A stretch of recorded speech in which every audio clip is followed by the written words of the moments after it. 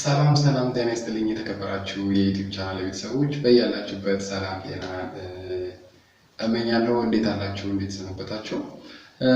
ዛሬ ደግሞ እንግዲህ እንደተለመደው አንድ የጤና ርዕሰ ጉዳይ ይዤላችሁ ወደ እናንተ መጥቻለሁ። ለእናንተ ይሆናል ያልኩትን ማለት ነው። እንግዲህ እስከ መጨረሻው ድረስ አብራችሁ ትቆያላችሁ ብዬ ተስፋ አደርጋለሁ።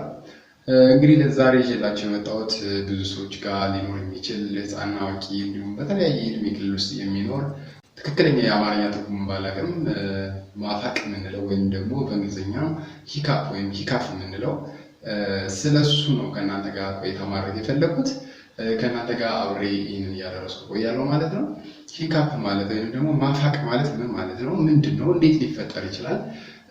በምን ምክንያት ይህ እንዲፈጠር ምክንያት የሚሆኑ ነገሮች ምንድን ናቸው? አይነቶቹ ምን ናቸው የሚለውን በተመሳሳይ ደግሞ የጤና ጉዳቱ ሳለ ወይ ጉዳቶቹ ምንድን ናቸው? የሚያመጣው የጤና ጉዳት ሳለ እኛ ላይ የሚለውን በተመሳሳይ የቤት ውስጥ ሕክምና ውስጥ እንዴት አድርገን ደግሞ ይህንን የማፋቅን እንዴት አድርገን ማስወገድ እንችላለን? ቤት ውስጥ ደግሞ የባሰና በጣም ከበድ ያለ ነገር ከሆነ ደግሞ ሕክምና ውስጥ ምን ይመስላል የሚለውን አብረን እናያለን ማለት ነው። እዚህ ቻናል ስትመጡ የመጀመሪያችሁ ከሆነ ከታች ሰብስክራይብ ብታደርጉት እንዲህ መሰልና ሌሎች በርካታ የጤና ርዕሰ ጉዳዮችን እያነሳን ለእናንተ ትምህርት አደርሳለሁ። ሰብስክራይብ ብታደርጉት ቻናሉን ላይክ አድርጋችሁ ብትጀምሩ ሌሎች ደግሞ እንዲደርስ ሼር ብታደርጉት መልካም ነው።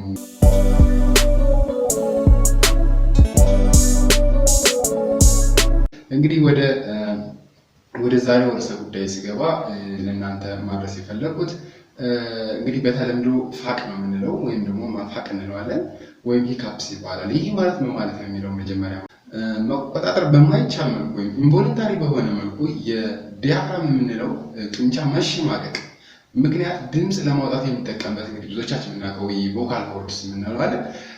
የእሱ መዘጋት ምክንያት የሚፈጠር ድምፅ ማለት ነው። ይህ ድምፅ የሚል ድምፅ ማለት ነው። የሚፈጠረው እንግዲህ ዲያፍራም የምንለው እንግዲህ ዲያፍራም ማለት ጡንቻ ነው። ጡንቻ ሆኖ የቼስት ክፍላችንን እና የስቶማክ ክፍላችንን በመሀል የሚለያይ ጡንቻ ነው ማለት ነው። ይህ ጡንቻ በምስሉ ላይ እንደምትመለከቱት የዚህ መኮማተር ማለት ይቻላል ስፓዝም ማድረግ ወይም መኮማተር ምክንያት የሚፈጠር ነው። እንግዲህ ይህ ጡንቻ አየር ወደ ውስጥ በምናስገባበት ጊዜ ወደ ታች ይለጠጣል። አየር ደግሞ በምናስወጣበት ጊዜ ደግሞ ወደ ላይ ከፍ ይላል ማለት ነው። ስለዚህ ሁሌም አየር በምናስወጣና በምናስገባ ሰዓት ወደ ላይ ወደ ታች ይላል ማለት ነው። ነገር ግን በሆነ ሳደን አጋጣሚ ቮለንታሪ በሆነ መልኩ ምክንያቶችን ቀጥለን እናነሳለን። በእነዛ ምክንያቶች ሰደን ኮንትራክት ማድረግ ወይም ስፓስ ማድረግ በዛ ምክንያት የሚፈጠር ድምፅ ነው ማለት ነው። ይህ ማፋቅ የምንለው በሁሉም የእድሜ ክልል እና ጾታ ይከሰታል ማለት ነው። በሴትም በወንድም በብዛት ግን አንዳንድ ጥናቶች እንደሚያሳዩት በወንዶች በበለጠ ይከሰታል የሚል ጥናቶች ይጠቁማሉ ማለት ነው። እንግዲህ በደቂቃ ውስጥ ከ4 እስከ 6 ጊዜ ሊያፍቅ ይችላል ማለት ነው። ወደ ላይ ሂካፕ ሊያደርግ ይችላል ማለት ነው። እንግዲህ አይነቶቹን በምናይበት ጊዜ ደግሞ አይነቶቹ ምንድነው? አንደኛ የአጭር ጊዜ የምንለው አለ። አጭር ጊዜ ማለት በ48 ሰዓት ውስጥ ራሱ ሊጠፋ የሚችል ማለት ነው። ሁለተኛ ደግሞ የፐርሲስታንት የምንለው እስከ 2 ቀን ድረስ ሊቆይ ይችላል። ሶስተኛ ደግሞ በጣም ከበድ የሚለው ከወርና ከዛ በላይ ሊቆይ የሚችል በሶስተኛ ደረጃ አለ ማለት ነው። ስለዚህ ሕክምናውና የእያንዳንዱ እንትንም እንደየአይነቱ ይለያያል ማለት ነው።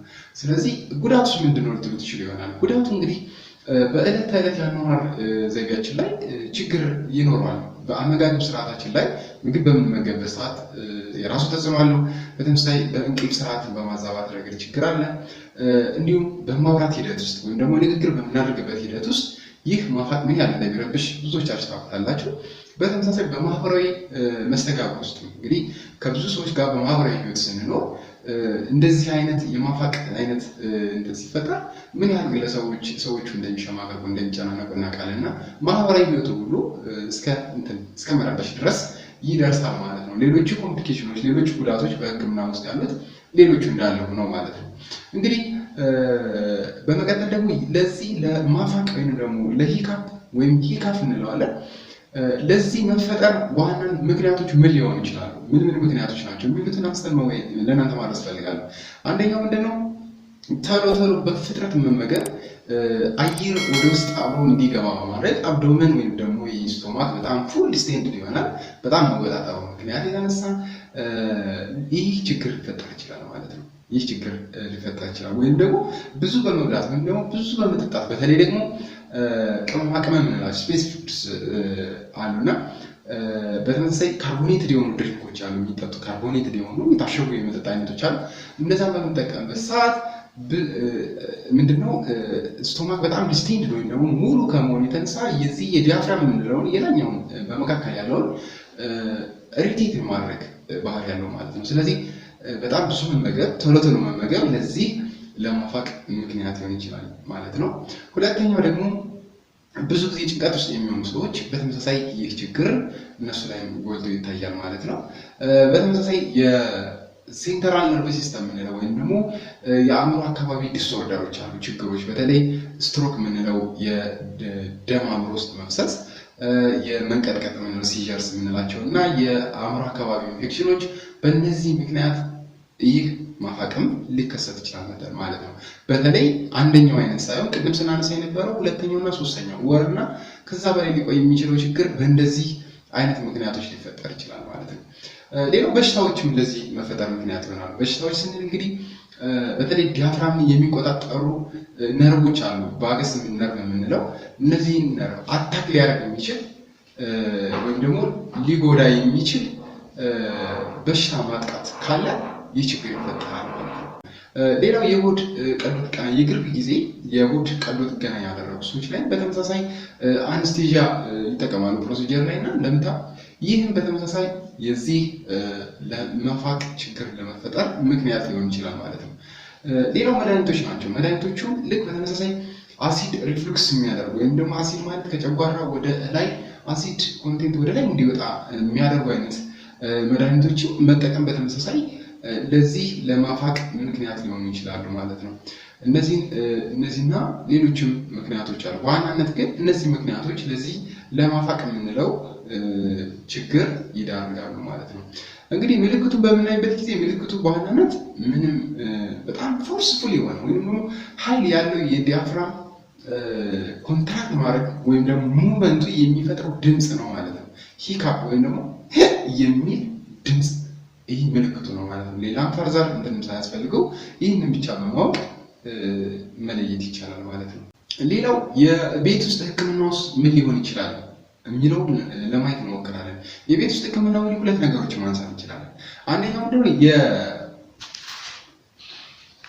አንደኛው የአየር የምንተነፍሰውን አየር ሳምባ ውስጥ ሆልድ አድርጎ መያዝ ነው። ሆልድ አድርገን በምንይዝበት ጊዜ ካርቦን ዳይኦክሳይድ በጣም ወደ ውስጥ እርኪን ይሆናል። በጣም ሳምባ ሪላክስ በሚያደርግበት ሰዓት የዲያፍራም የምንለውን ቅድም ኮንትራክት ወይም ደግሞ ስፓዝም ያደረገውን ዲያፍራሙ ሪላክስ እንዲያደርግ ያደርገዋል ማለት ነው። ስለዚህ በዚህ መልኩ ልናክመው እንችላለን ማለት ነው ቤታችን ውስጥ። እንግዲህ ይህን እንዴት እንተገብረዋለን የሚለው እነግራችኋለሁ። ምንድነው ሁሉን አየር መጀመሪያ በውስጥ ያለን አየር ሁሉን እናስወጣለን ወደ ውጭ። ካስወጣን በኋላ አየር በደንብ ወደ ውስጥ እንስባለን ዜን ለ10 ሰከንድ ያክል ሆልድ አድርገን ወይም ደግሞ ይዘን እንቆያለን ማለት ነው። ዜን ቀጥለን ደግሞ ጨርሰን ሳናስወጣውን በተመሳሳይ እንደገና ለ5 ሰከንድ አሁንም እንይዘዋለን ማለት ነው። ሁለተኛውንም ጨርሰን ሙሉ ወንዷን ሳናስወጣ ለ5 ሰከንድ አሁንም ሆልድ አድርገን አየር እንይዛለን ማለት ነው። በዛ ሰዓት ምንድነው የሚሆነው? በጣም ብዙ የካርቦን ዳይኦክሳይድ ሆልድ መሆኑ መያዙ የዚህ ስፓዝም ያደረገውን የዲያፍራም መስል ሪላክስ እንዲያደርግ ያደርገዋል። ስለዚህ ይህንን በማድረግ ማቆም እንችላለን ማለት ነው። ሁለተኛውና ወሳኙ ደግሞ የቫገስ ነርቭን ማነቃቃት ነው። እንግዲህ ቅድም እንዳልኳችሁ ዲያፍራምንና ስቶማክ የምንላቸውን ጨጓራ የምንላቸው ኢነርቬት የሚያደርግ ከብሬን ኢነርቬት የሚያደርገው ወይም ነርቭ ሰፕላይ የሚያደርገው ቫገስ ነርቭ ነው ብለናል እና ይህን ቫገስ ነርቭ ስቲሙሌት ማድረግ ነው። ስቲሙሌት ማነቃቃት ማድረግ ነው። እንግዲህ የሚያነቃቁ በርካታ ነገሮች አሉ። አንደኛው ምንድነው? በፍጥነት አንድ ብርጭቆ የቀዘቀዘ ውሃ መጠጣት ማለት ነው። ልንጠጣ እንችላለን። በፍጥነት አንድ ብርጭቆ ውሃ የቀዘቀዘ ውሃ ስንጠጣ ይህ ነርቭ ስቲሙሌት ይሆናል ማለት ነው። ሌላው ምላስ ማነቃቃት ነው። ውስጥ ላይ ምላስ ሊነካካ ይችላል። በተለይ ቮለንታሪ ቮሚቲንግ ይባላል። በፈቃደኝነት ቮሚት ለማድረግ ሁሉ ሰዎቹ አንዳንድ ዲስኮምፎርት በሚኖርበት ሰዓት ጉሮሯቸውን ይነካካሉ እና እንደዛ ሁሉ ስቲሙሌት ማድረግ እንችላለን ይህ ነርቭ ማለት ነው።